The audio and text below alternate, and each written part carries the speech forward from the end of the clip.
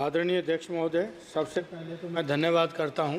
Camera मेरा ये first speech है, प्रथम बार मैं एमपी बन के आया हूं और मैं अपनी अमेठी की जनता का भी धन्यवाद करता हूं और साथ में गांधी परिवार का धन्यवाद करता हूं कि जिन्होंने मेरे को इस हाउस में आने का मौका दिया। आज ये मैं इस विधेयक भारतीय वायुयान विधेयक 2024 के बारे में बोलने के लिए खड़ा हुआ हूं और मैं इसका, क्योंकि मेरी कॉन्स्टिट्यूंसी के अंदर ही इगरुआ है, इंदिरा गांधी उड़ान अकेडमी है, और दूसरा हमारे यहाँ पे Rajiv Gandhi national aviation university है, और तीसरा हमारे यहाँ पे हिंदुस्तान एरोनॉटिक्स लिमिटेड का है। तो इसके अंदर ट्रेनिंग, सेफ्टी एंड मैन्युफैक्चरिंग, इन तीन के ऊपर मैं बोलने के लिए यहाँ पे खड़ा हूँ। विधेयक के अध्याय 4 के बिंदु LMN ने अपने प्रशिक्षण और प्रमाणन, ट्रेनिंग एंड सर्टिफिकेशन का उल्लेख किया है। इसमें मैं सरकार का ध्यान इस पर आकर्षित भी करना चाहता हूं, क्योंकि ट्रेनिंग की बात है तो हमारे इगरुआ के अंदर 1570 पायलट अब तक देश को उन्होंने दिया, जो कि विभिन्न एयरलाइंस के अंदर अपनी सेवाएं दे रहे हैं, और भारतीय सेना के विभिन्न अंगों को भी वहाँ के को पायलट की ट्रेनिंग हमारे इंस्टीट्यूट के द्वारा मिली है। लेकिन बड़े दुख के साथ कहना पड़ता है कि यहाँ पे ट्रेनिंग की बात कर रहे हैं, लेकिन उसके अंदर जो कि 1985 में ये यूनिवर्सिटी 7 सितंबर को बनी थी। आदरणीय राजीव जी उस समय प्रधानमंत्री हुआ करते थे, उनका ड्रीम प्रोजेक्ट था, उन्होंने शुरू किया था। लेकिन बड़े दुख के साथ ये कहना पड़ रहा है यहाँ पे कि उसका जो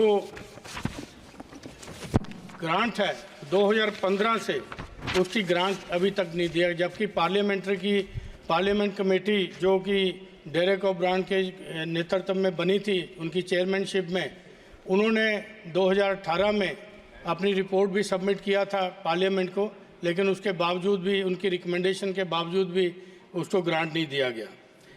क्योंकि इगरुआ जो है बहुत ही प्रतिष्ठित प्रशिक्षण संस्थान है, तो लेकिन उसका हालात जो है कि सेफ्टी के बारे में अगर बात करेंगे तो सेफ्टी का ये हाल है वहाँ पे, क्योंकि ग्रांट की वजह से जहाँ पर जो एयर ट्रैफिक कंट्रोल सिस्टम है वहाँ पे जो ज़रूरी इंस्ट्रूमेंट हैं उसके वो भी वहाँ पे इंस्टॉल नहीं हो, क्योंकि उनका कैलिब्रेशन नहीं हो पा रहा।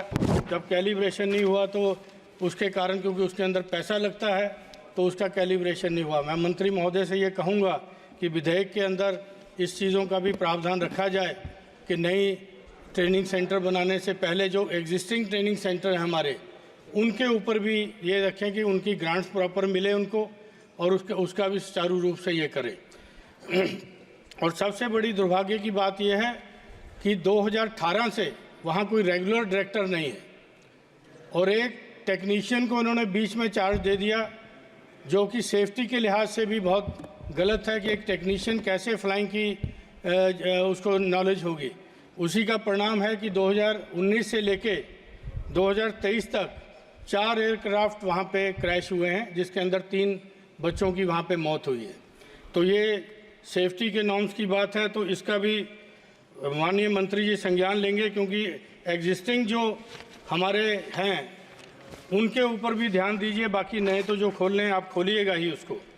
और इसके बाद सबसे बड़ा दुर्भाग्य एक और है, क्योंकि मेरे क्षेत्र के अंदर ये Rajiv Gandhi national aviation university भी स्थापित हुई थी, जो पार्लियामेंट एक्ट 2013 के तहत वहाँ पे स्थापित हुई थी। लेकिन पहला वीसी 2016 में वहाँ पे अपॉइंट हुआ, उसके बाद 2017 में भवन बन के तैयार हुआ। 2018 में जो कंपनी KPMG को पेनल्टी लगाई गई थी डिले करने के लिए, लेकिन दुर्भाग्य की बात है कि उसी कंपनी का पार्टनर बाद में जॉइंट सेक्रेटरी हो गया गवर्नमेंट ऑफ इंडिया में, मिनिस्ट्री ऑफ सिविल एविएशन में, और उसी यूनिवर्सिटी का वो एक्टिंग वाइस प्रेसिडेंट भी हो गया। तो ये चीज़ें भी इस बिल के अंदर संज्ञान लेना चाहिए कि इस तरह के लोग आके खिलवाड़ ना करें, क्योंकि जो डिफ़ाल्टर है, जिसकी कंपनी वहाँ पे डिफ़ाल्टर हुई अपना कंस्ट्रक्शन में, वही आदमी बन के चला आया। तो उसके बाद मेरा 2019 में पहला रजिस्ट्रार वहाँ पे हुआ, 2013-2019 6 साल आप लगा लीजिए। उसके बाद फिर 5 अगस्त 2019 को पहला वहाँ कोर्स लॉन्च हुआ जो पीजी डिप्लोमा एयरपोर्ट ऑपरेशंस का कोर्स है। तो वहाँ पे क्योंकि ये चीज़ें वहाँ हो रही हैं, जो कोर्स वहाँ पे चलने चाहिए थे अब तक, वो अभी तक वहाँ पे नहीं चल रहे। तो ये क्योंकि बहुत महत्वाकांक्षी ये पार्लियामेंट एक्ट के तहत ये बनी थी यूनिवर्सिटी और ये सेंट्रल यूनिवर्सिटी है, तो उसका संज्ञान मंत्री जी को लेना चाहिए। उसके बाद जो इसकी सेफ्टी की बात करेंगे तो यहाँ पे एक कोर्स शुरू किया गया था। वो कोर्स ये शुरू किया गया था कि वहाँ पे फायर सेफ्टी के लिए कोर्स शुरू किया गया था।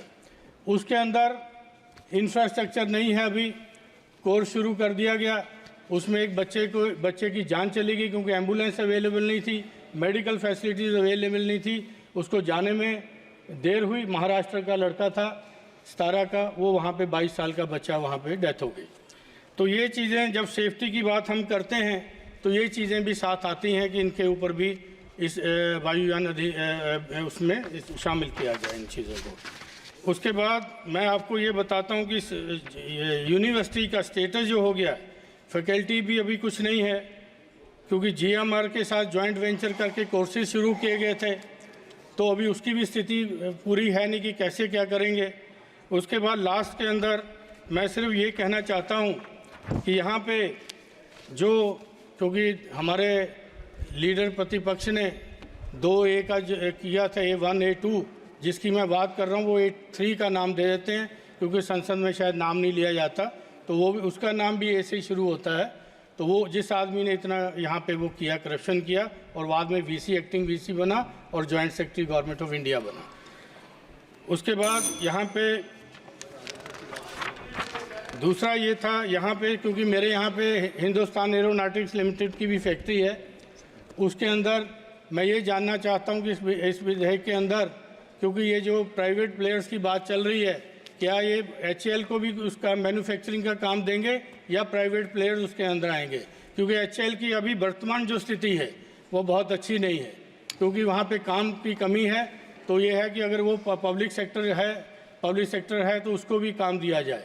और बाकी क्योंकि मैं पंजाब से आता हूँ तो अमेठी मेरा संसदीय क्षेत्र है, तो पंजाब में आदमपुर जो हमारा हवाई अड्डा है वो NRIs का मेन गढ़ है, तो उस हवाई अड्डे पे नेशनल इंटरनेशनल फ़्लाइट्स भी अगर शुरू करेंगे तो अच्छा रहेगा क्योंकि NRIs बहुत से लोग जो हमारे विदेशों में रहते हैं वहाँ से जाते हैं।